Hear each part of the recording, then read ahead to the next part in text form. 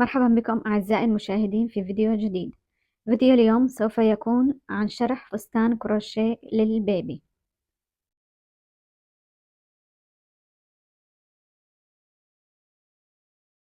للحياكة سوف أستخدم هذا النوع من الخيوط، 3 ألوان، الفتلة رفيعة، خيطين مزدوجين، الوزن 100 غرام، والطول 475 متر، بالإضافة إلى الإبرة رقم 1.75. سوف نبدأ أولا بحياكة سطر غرز سلسلة.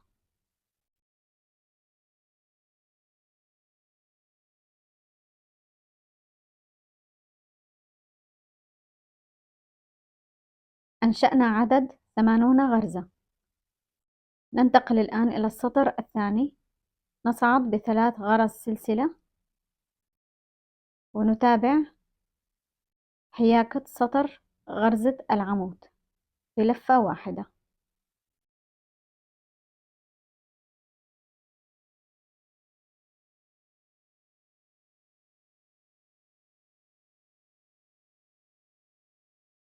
أتممنا حياكة عدد 80 عمود.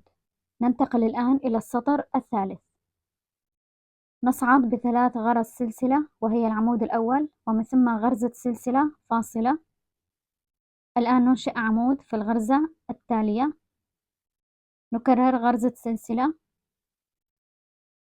ننشئ عمود في الغرزة التي تليها، أيضا غرزة سلسلة، عمود. بهذا الشكل نتابع باقي السطر.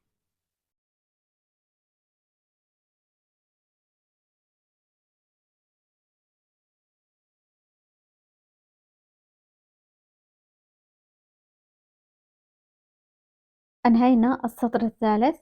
ننتقل الآن إلى السطر الرابع. نبدأ هنا بحياكة النمط. نبدأ ب3 غرز سلسلة. الآن نتخطى الفتحة الأولى، داخل الفتحة الثانية هنا ننشئ عدد 3 عواميد بلفة واحدة. الآن غرزة سلسلة، عمود أيضا بلفة واحدة، يصبح العدد 4 عواميد. هذا هو النمط.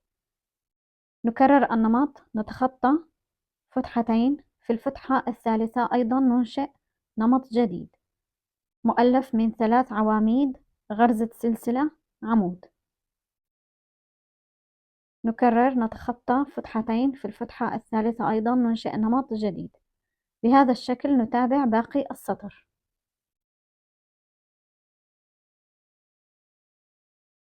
أتممنا حياكة عدد 26 نمط. ننتهي بعمود في نهاية السطر هنا، وننتقل إلى سطر جديد. نصعد ب3 غرز سلسلة. الآن ننشئ عمود من أسفل العمود هنا بهذا الشكل، ونتابع داخل الفتحة ننشئ عدد 3 عواميد، غرزة سلسلة، عمود. نكرر الآن النمط، عمود من أسفل العمود هنا في السطر الأول، داخل الفتحة ننشئ 3 عواميد،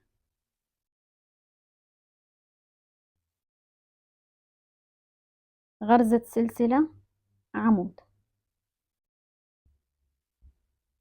نكرر النمط مرة أخرى، أيضا عمود من الأسفل، ومن ثم داخل الفتحة 3 عواميد، غرزة سلسلة، عمود. بهذا الشكل نتابع باقي السطر.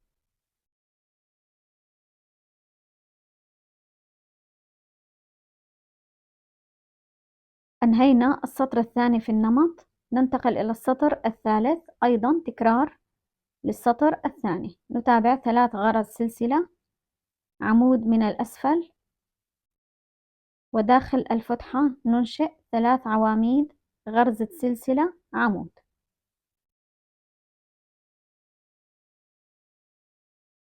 نكرر عمود من الأسفل، أيضا داخل الفتحة 3 عواميد، غرزة سلسلة، عمود. بهذا الشكل نتابع باقي السطر.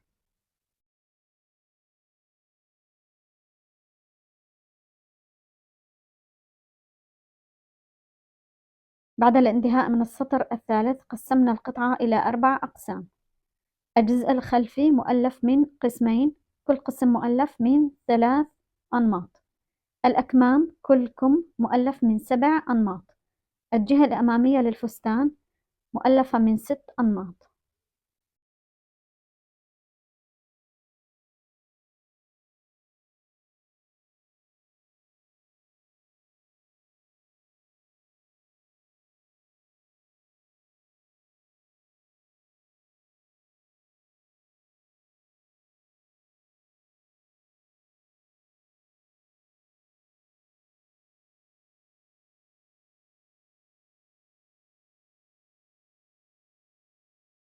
وصلنا الآن إلى الماركر.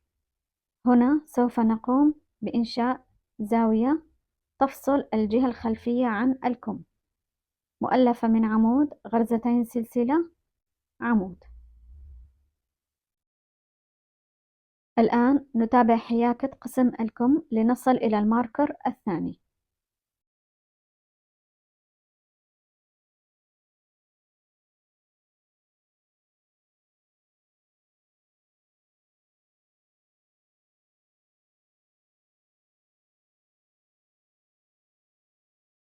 أنهينا الكم، وصلنا إلى الماركر الثاني. الآن سوف ننشئ أيضا زاوية مؤلفة من عمود، غرزتين سلسلة، عمود. نتابع الآن حياكة الجهة الأمامية للفستان لنصل إلى الماركر الثالث. طبعا عند كل ماركر سوف ننشئ زاوية لنحصل في النهاية على 4 زوايا.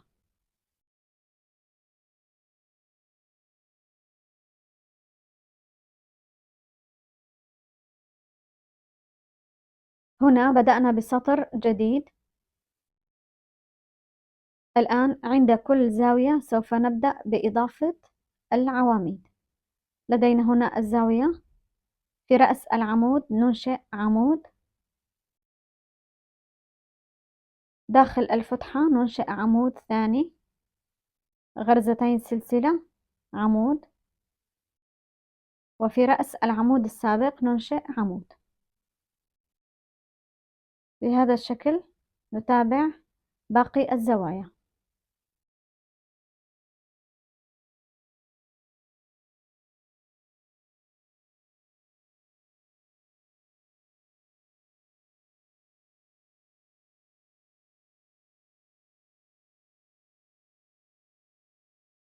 ننتقل الآن إلى سطر جديد. وصلنا أيضا إلى الزاوية. هنا لدينا عمودين مقابل عمودين.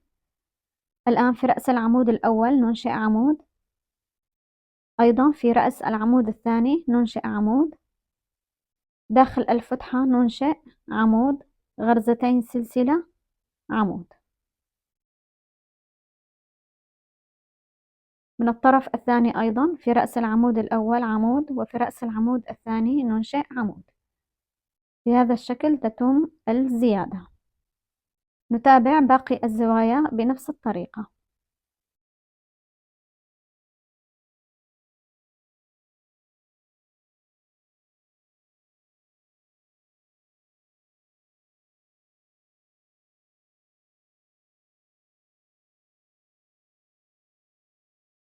أنهينا عدد 6 أسطر.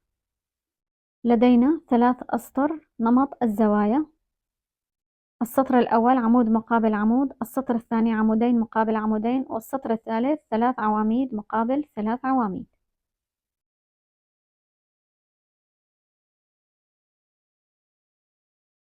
الآن سوف نقوم بحياكة نصف الجهة الخلفية منفصلة عن باقي القطعة. لدينا هنا 3 عواميد المضافة سابقا، سوف ننشئ داخلها نمط جديد. في العمود الأول ننشئ من الأسفل عمود، وبين العمودين هنا ننشئ نمط مؤلف من 3 عواميد غرزة سلسلة، عمود. أصبح لدينا الآن العدد 4 أنماط. الآن نتابع هنا زاوية، داخل الفتحة ننشئ عمود، غرزتين سلسلة، عمود. ننتقل إلى السطر الثاني، نصعد ب4 غرز سلسلة، عمود داخل الفتحة. أنشأنا هنا زاوية ثانية. الآن نتابع حياكة 4 أنماط.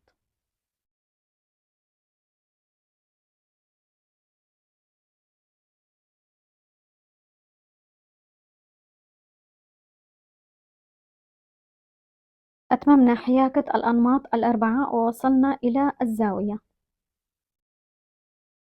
الآن سوف نبدأ بالزيادة أيضا.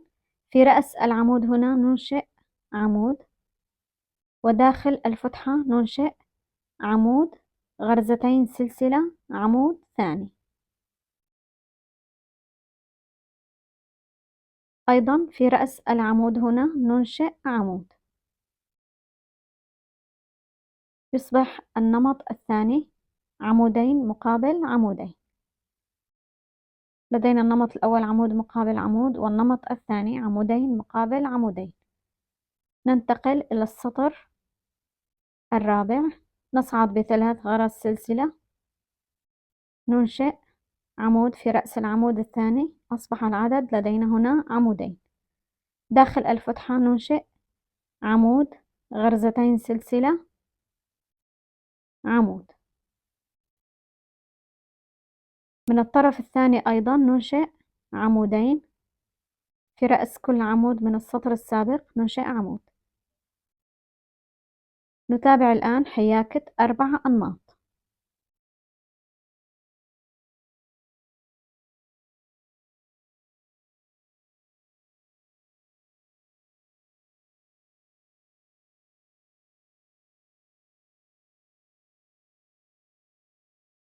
أنهينا السطر وعدنا بسطر جديد. وصلنا إلى الزاوية، لدينا 3 عواميد مقابل 3 عواميد. الآن هنا سوف ننشئ نمط جديد. في العمود الأول ننشئ من الأسفل عمود، وبين العمودين ننشئ عدد 3 عواميد، غرزة سلسلة، عمود. يصبح لدينا العدد 5 أنماط. الآن داخل الفتحة ننشئ زاوية مؤلفة من عمود، غرزتين سلسلة، عمود.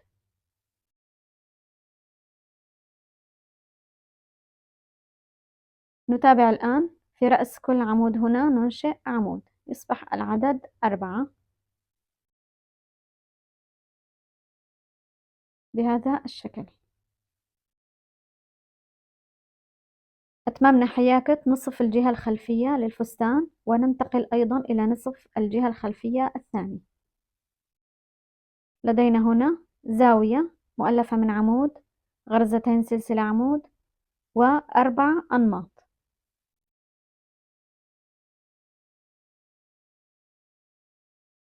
السطر الثاني أيضا 4 أنماط، ونصل إلى الزاوية أيضا عمود، غرزتين سلسلة، عمود.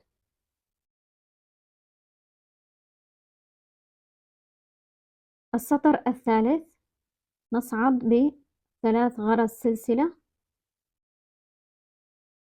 وداخل الفتحة ننشئ عمود، غرزتين سلسلة، عمود. في رأس العمود في السطر السابق أيضا ننشئ عمود. أصبح لدينا النمط عمودين مقابل عمودين. نتابع الآن حياكة 4 أنماط. السطر الرابع أنهينا نمط 3 عواميد مقابل 3 عواميد. السطر الخامس وهو السطر الأخير نصعد ب3 غرز سلسلة، ننشئ في رأس كل عمود عمود. يصبح العدد 3. داخل الفتحة ننشئ عمود، غرزتين سلسلة، عمود. من الطرف الثاني هنا ننشئ نمط بهذا الشكل، عمود من الأسفل، وبين العمودين ننشئ 3 عواميد، غرزة سلسلة، عمود. ليصبح العدد لدينا 5 أنماط. نتابع الآن حياكة 4 أنماط.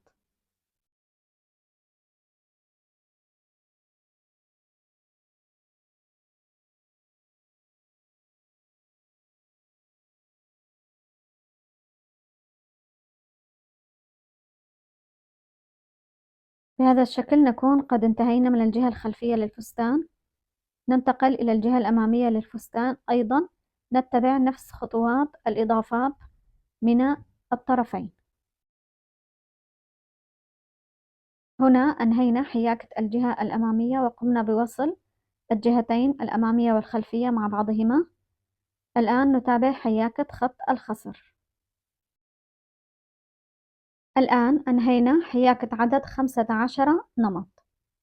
سوف ننتقل الآن لحياكة الأكمام. ننتقل الآن لحياكة الكم. نبدأ من نصف الجهة الأمامية إلى نصف الجهة الخلفية عند حفرة الإبط بسطر غرز حشو.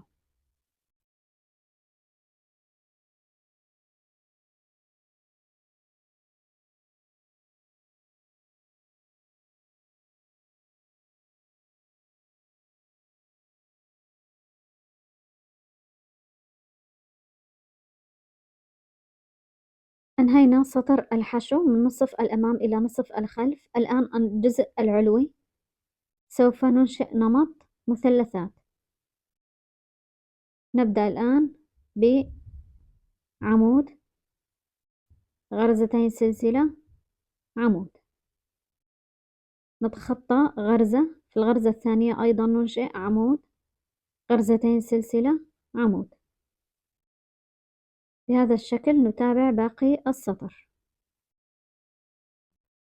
أتممنا عدد 23 مثلث. نصعد الآن بغرزتين منزلقة. ننتقل إلى السطر الثاني. نكرر النمط أيضا مرة أخرى. داخل كل مثلث ننشئ عمود، غرزتين سلسلة، عمود. نكرر داخل المثلث الثاني عمود، غرزتين سلسلة، عمود. أنهينا السطر الثاني. الآن السطر الثالث. داخل كل مثلث ننشئ 5 عواميد بلفة واحدة.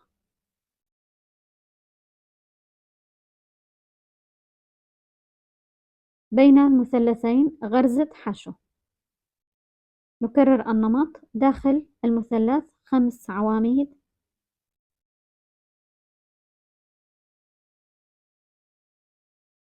وبين المثلثين غرزة حشو. بهذا الشكل نتابع السطر. هنا انتهى السطر. الآن سوف نتابع حياكة بشكل دائري. سوف نتابع هنا سطر غرز حشو،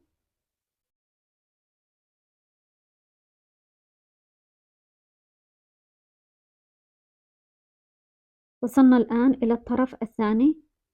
نكرر النمط. في رأس الفستون ننشئ عدد 5 عواميد بلفة واحدة.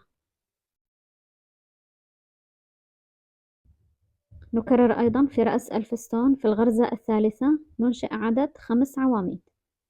بهذا الشكل نتابع باقي السطر.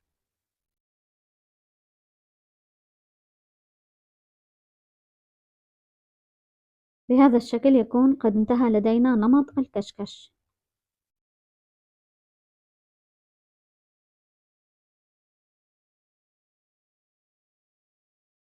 أغلقنا هنا نصف خط الظهر وأنشأنا في الأعلى فتحتين للأزرار. وننتقل الآن لحياكة خط الخصر باستخدام لون جديد.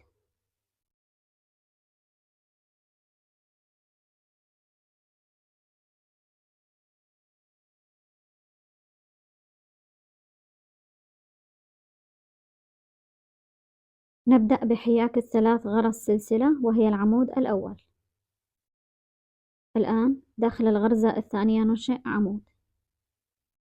داخل كل غرزة ننشئ عمود بلفة واحدة.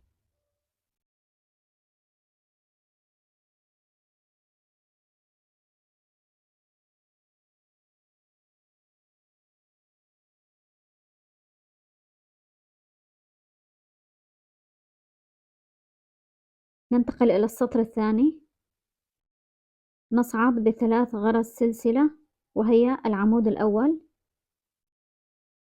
العمود الثاني ننشئه من داخل العمود في السطر السابق. العمود الثالث ننشئه في رأس العمود في السطر السابق. نكرر العمود الرابع من داخل العمود في السطر السابق. العمود الخامس في رأس العمود في السطر السابق. بهذا الشكل نتابع حياكة باقي السطر.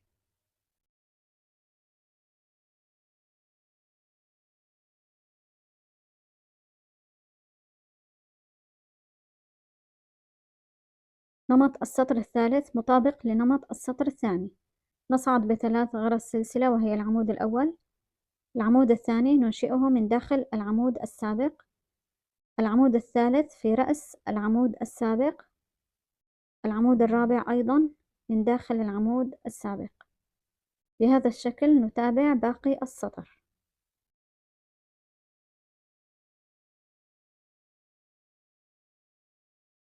نقسم الآن النمط السفلي للفستان. نبدأ بسلسلة مؤلفة من 6 غرز. نضع غرزة حشو في الغرزة التي تليها. ننشئ سلسلة ثانية مؤلفة من 4 غرز. نتخطى غرزة ونضعها في الغرزة التي تليها غرزة حشو. هذا هو النمط. نكرر النمط: سلسلة مؤلفة من 6 غرز. نضع غرزة حشو في الغرزة التي تليها. سلسلة مؤلفة من 4 غرز. نتخطى غرزة ونضع غرزة حشو في الغرزة التي تليها. قسمنا خط الخصر إلى 45 نمط، كل نمط مؤلف من سلسلتين. نبدأ الآن بالسطر الثاني.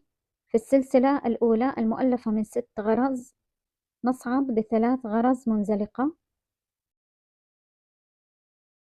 في السلسلة الثانية المؤلفة من 4 غرز سوف ننشئ زهرة مؤلفة من عدد 3 ورقات. نبدأ ب3 عواميد بهذا الشكل. الآن نجمعها في غرزة واحدة. نتابع 3 غرز سلسلة وغرزة حشو. الورقة الثانية نصعد ب3 غرز سلسلة. أيضا نكرر 3 عواميد.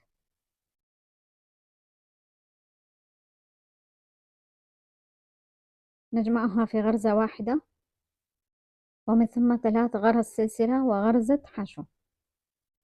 نكرر الورقة الثالثة. نصعد ب3 غرز سلسلة، 3 عواميد.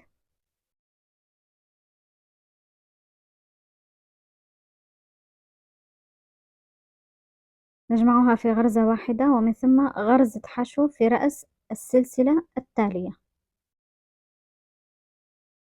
بهذا الشكل أنهينا نمط الزهرة الأولى. نكرر نمط الزهرة الثانية في السلسلة المؤلفة من 4 غرز. أيضا نمط 3 ورقات.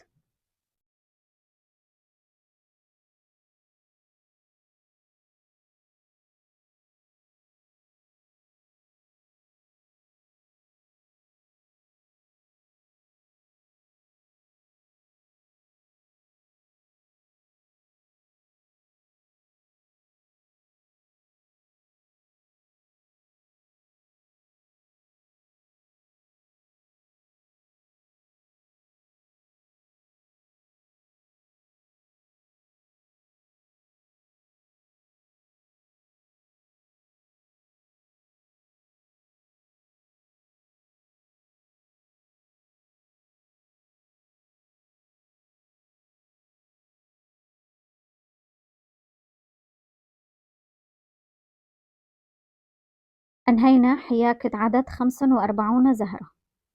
ننتقل الآن إلى السطر الثالث وهو تقسيم نمط جديد. نصعد ب6 غرز سلسلة. الآن في الورقة الثانية من الزهرة ننشئ غرزة حشو في طرف الورقة ومن ثم 4 غرز سلسلة، غرزة حشو في طرف الورقة الثاني. الآن 6 غرز سلسلة، غرزة حشو بين الزهرتين.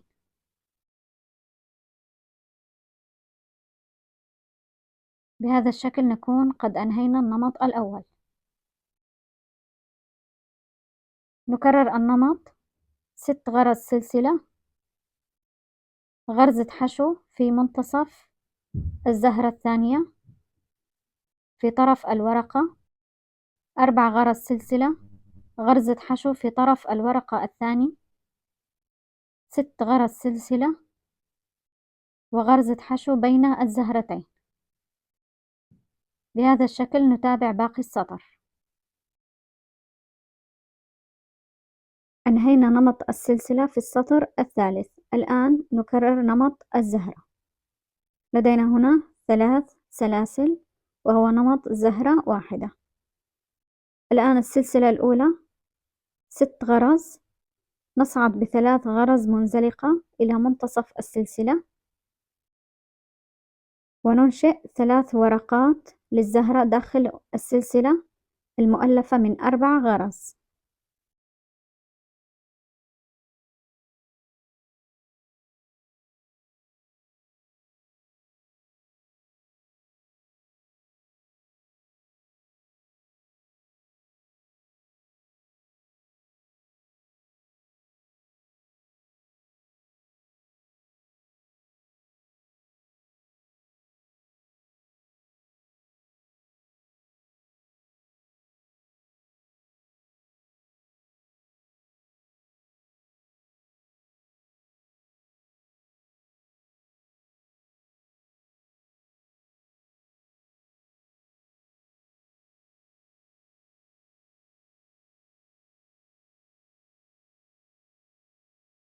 بعد الانتهاء من الورقة الثالثة نضع غرزة حشو في منتصف السلسلة المؤلفة من 6 غرز. هذا هو نمط الزهرة الأولى. ننتقل إلى نمط الزهرة الثانية. لدينا هنا 3 سلاسل، بين الزهرتين سوف ننشئ سلسلة مؤلفة من 6 غرز.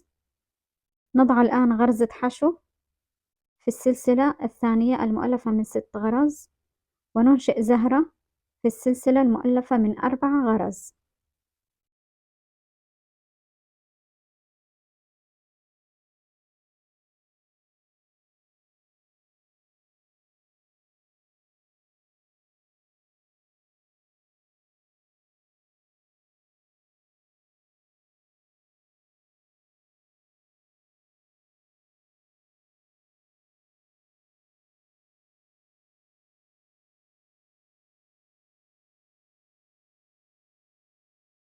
أنهينا الورقة الثالثة. نضع غرزة حشو في السلسلة المؤلفة من 6 غرز.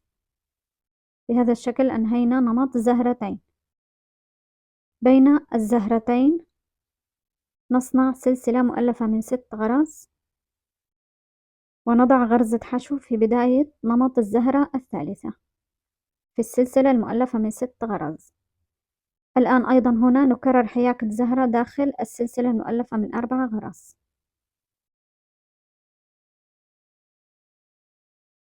أنهينا نمط الزهرة الثاني. نقسم الآن نمط الزهرة الثالث. أيضا نصعد ب6 غرز سلسلة،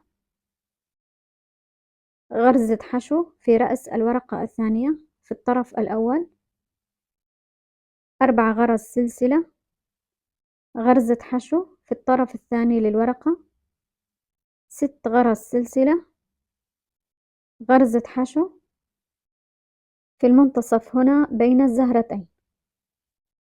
نكرر النمط مرة ثانية.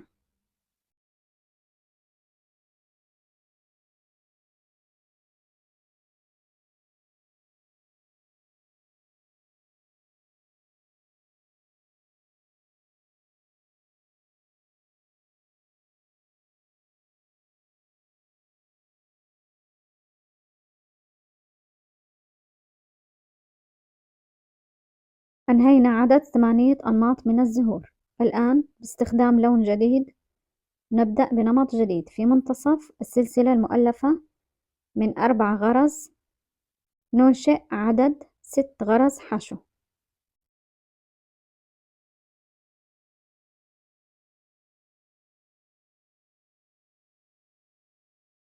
الآن بين الزهرتين ننشئ عدد 11 غرزة سلسلة. نتابع 6 غرز حشو داخل السلسلة المؤلفة من 4 غرز. بهذا الشكل نتابع باقي السطر. الآن انتهينا من السطر. نبدأ بسطر مربعات. ننشئ عدد 5 غرز سلسلة. نتخطى غرزة ونضع عمود في الغرزة التي تليها. نكرر غرزة سلسلة، نتخطى غرزة ونضع عمود في الغرزة التي تليها. بهذا الشكل نتابع باقي السطر. ننشئ عدد 3 أسطر مربعات.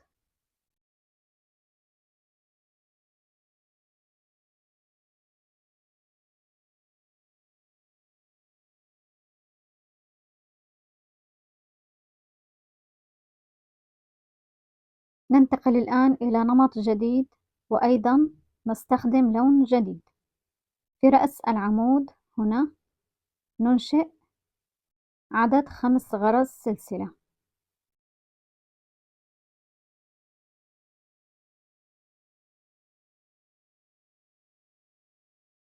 الآن داخل المربع ننشئ عمود بلفتين.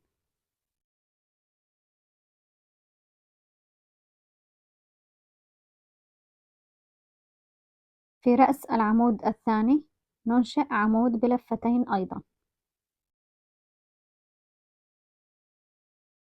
داخل المربع عمود، وفي رأس العمود ننشئ عمود. بهذا الشكل نتابع باقي السطر.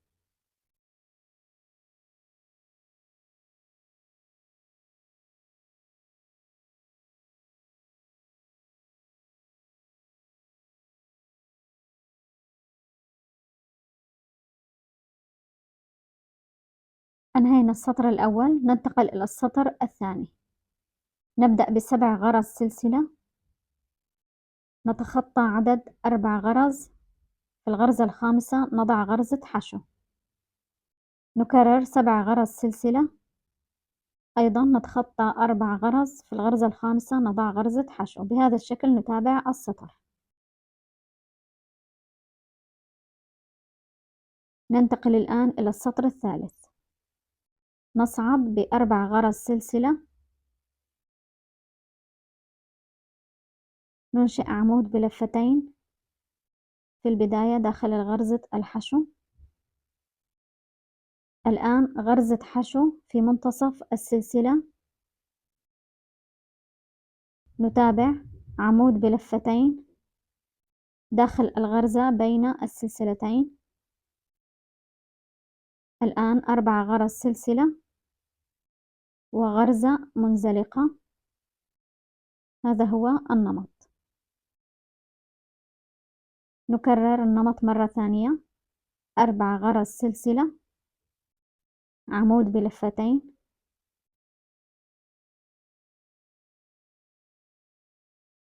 غرزة حشو في منتصف السلسلة الثانية. الآن من الطرف الثاني عمود بلفتين، 4 غرز سلسلة، غرزة منزلقة. نتابع بهذا الشكل لنهاية السطر. أتممنا حياكة نمطين، وتابعنا حياكة سطر غرز سلسلة مؤلف من عدد 6 غرز. الآن داخل السلسلة الأولى ننشئ غرزة منزلقة ونصعد ب4 غرز سلسلة.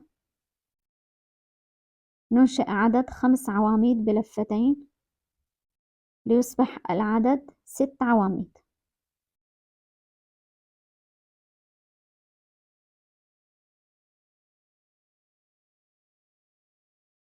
أيضا داخل السلسلة الثانية ننشئ عدد 6 عواميد. بهذا الشكل نتابع لنهاية السطر.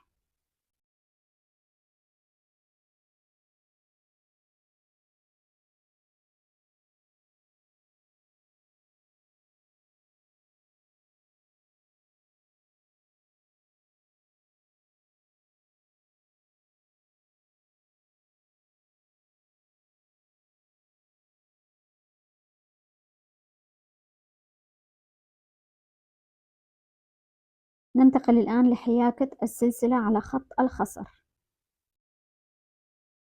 هذا هو نمط الحياكة.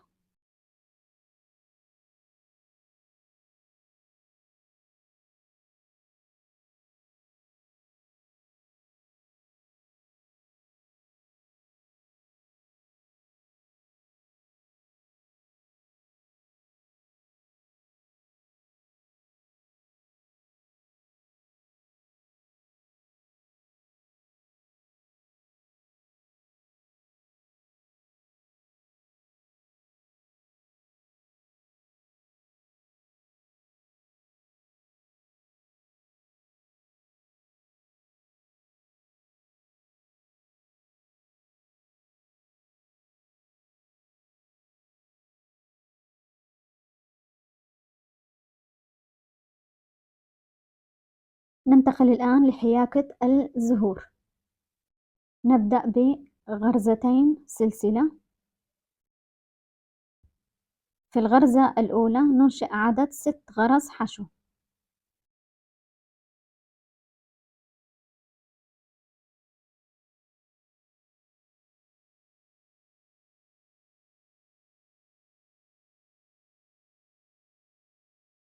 الآن نغلق الدائرة بغرزة منزلقة. ننتقل إلى الأوراق.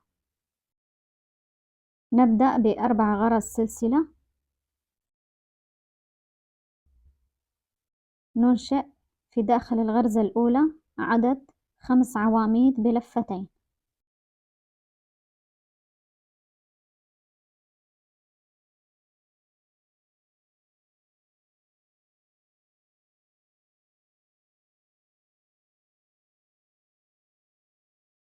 الآن 4 غرز سلسلة وغرزة حشو في الأسفل. نصنع عدد 5 ورقات للزهرة. الآن نتابع باللون الأبيض سطر غرزة منزلقة.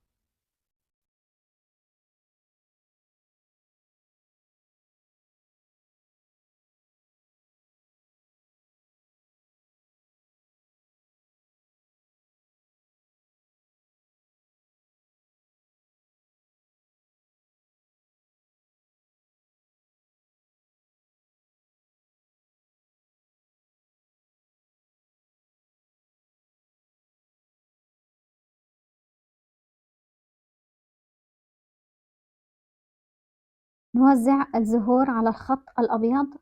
أسفل كل نمط نضع زهرة، أي نحتاج إلى 45 زهرة.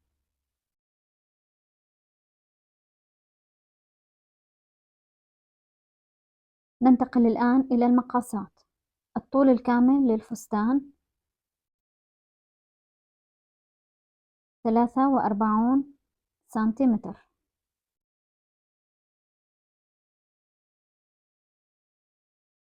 الطول من خط الكتف إلى نهاية اللون الأبيض 17 سنتيمتر.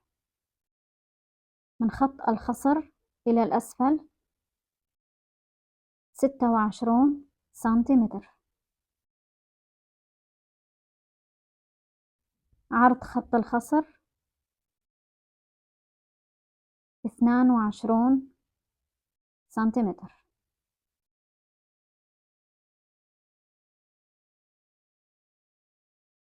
عرض خط الكتف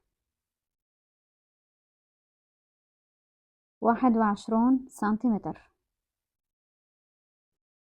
إلى هنا أعزائي نكون قد وصلنا إلى نهاية الفيديو. أتمنى لكم مشاهدة ممتعة ومفيدة، وإلى اللقاء في فيديو جديد.